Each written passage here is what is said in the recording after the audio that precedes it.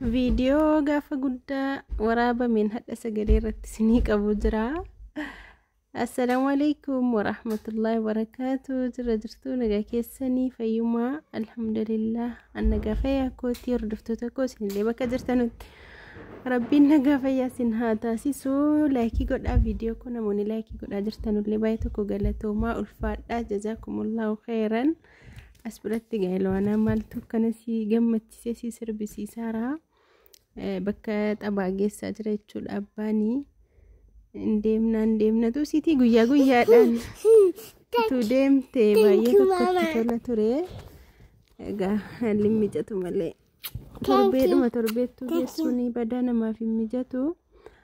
Akkasitti ani deemaan jiru abbaatu fuudhee deemaara jechuudha. Haala kanaanii sa'aatii 8 akkasitti deemanii sa'aatii 11tti deebi'an jechuudha.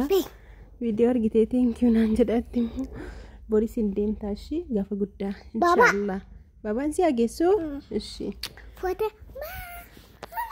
bareedduu ta'eyyuu ka si ageessu abbaan kee an torbii guutuun si wajjin oolaa inni immoo torbii keessaa guyyaa tokko si wajjin oolee si haa bashannansiisu jedhanii xaaxaanarraa fixxee nama jarri deebi'aa nutti as biratti immoo shambuusaa maksasii hojjedheen eega jedhee tan haala kanaan misiraa fi duqeetii as biratti qopheeffadheetiin jira.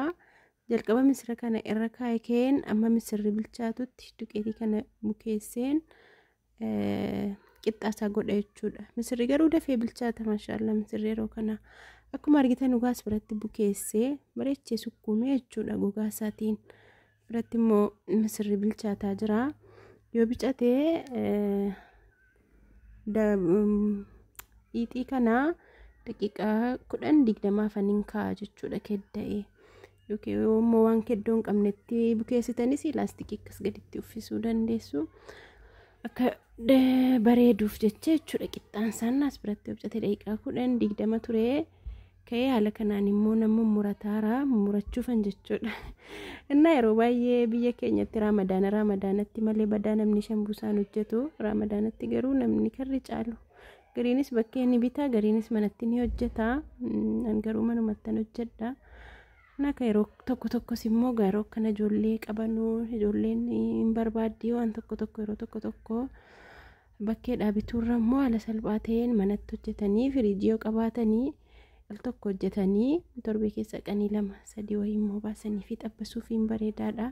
Bakkeedha bakka kamirrattuu hin gurgurama jechuudha. Ramadaanas ta'e ramadaana boodas ta'e shambuusaan garuu wanti bakkee dhaabitan kun badaa namatti hin tolu maaliif jennaan zayitii keessatti immoo maashinichi itti xabbasan fa'i zayitii danuu fudhata. Zayitii isatti guutanii jechuudha. Yoo bicate zayitii torbii tokko fa'i itti xabbasu jechuudha. Guyyaarra guyyaatti ibiddatti deddeebisanii. Innaa zayitiin immoo haala ibiddatti deddeebi'aa dhaqee karaa faayidaa isaa fixatee karaa marzaammaatti deema. Kanaaf wanta akkasii immoo ijoolleedhaa gaarii miti. Haala salphaa ta'een manatti hojjetanii firiijii kaanii achi fuudhanii hojjechuu fi wayyaa namas immoo barbaachisa yeroo tokko ijoollee qofa miti. Innaa akkasitti haala kanaan amma daammaxuuttan jira.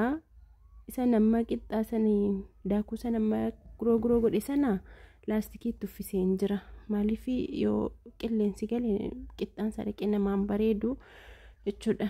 Naa amma isa kana daammaxutti laastikiidhaan shaffanee keetan laastikii jala fuffuudhaan daammaxaa jechuudha.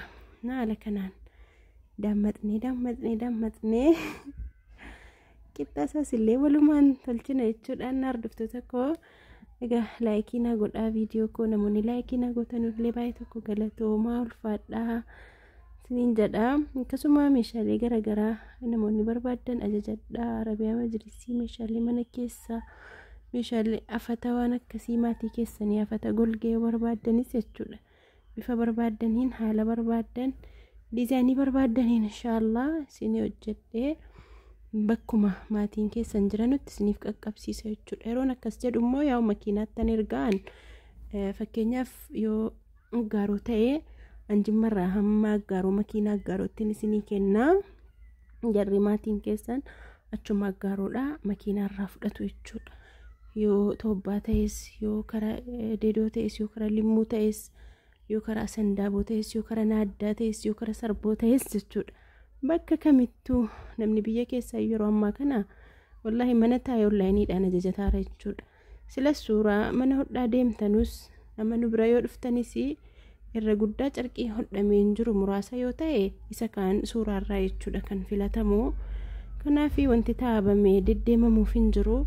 Namni biyya keessaa iyyuu manuma taa'ee onlaayiniirraa xalabataara jechuudha. Waan kamiyyuu wanta kamiyyuu biyyi keenya tashaashala fooyya'aa jirti alhamdulillah. Innaa bakka kamittuu jechuudha biyya sana taa'anii makiinaarraa fudhatu jechuudha. Dhaqanii makiina harkaa taqabbalu haala sanaan isin erga malee anan gama naadirasii fakkeenyaaf asarboodhuma yabbuudhuma si dhiyoo kana afataa tokko mamma manaadirasii fuudhameen deemamu namumti akkas godhuyyuu inuma hin jiru jechuudha. Namni kamiyyuu makiinaatti ergaa maatiin makiinarraa fudhatu. Akkasii meeshaalee baay'ee meeshaa mana guutuu waan akka rabiyaa majlisii waan akkasii yoo ta'e immoo yoo dhaqame akkasii afamuu barbaadanii hanga manaa isinii geeffamee isinii afamuu danda'an inshallah. Garuu meeshaa xixiqqoof immoo kisaaraadha jechuudha fuudhanii hanga biyya sanaa deemuun.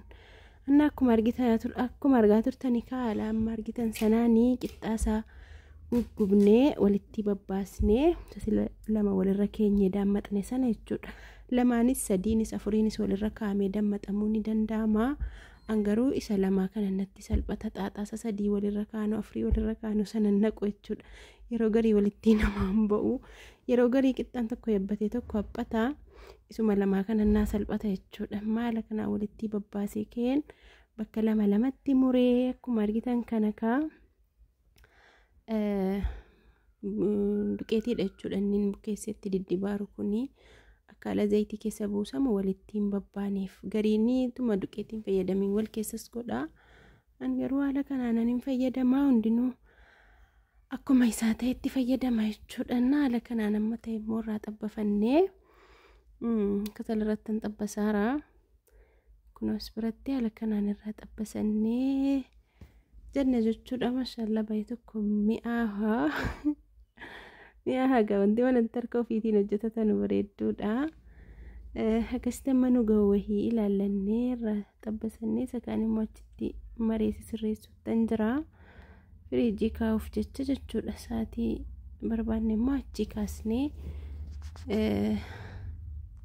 achi fufuunee xabbasanna jechuudha. Akkasii inshallah hordoftoota koo namoonni akkuma isinitti meeshaa garaagaraa barbaadanii ajajadhaa. Akkasuma namoonni al tokko yeruma tokko wayii qofa yookiin ergaana argitanii isiniif hin deebisne yaa'u dagachuu hin danda'a. Ergaaluma sana ilaalanii luma sana yoo deebisan malee booddeedhanii yoo jedhanii hin dagatama. Kanaaf muufatinaati achumaan muufattaniin badinaati irra deebi'aana dubbisaa jechuudha. Ooma ta'eyyuu achi as darbadhaati yeroon arge sana yaadadhee isiniifan hin deebisan inshallah. Anna viidiyoon keenya har'aa kana fakkaata. Namoonni jaallattan laayikii godhaa, yaada keessan koomentii jalatti barreessaa. Kun akkuma argitanu kana waan amma nyaannu xabbafannee kan ammoo firiijii keenya jechuudha.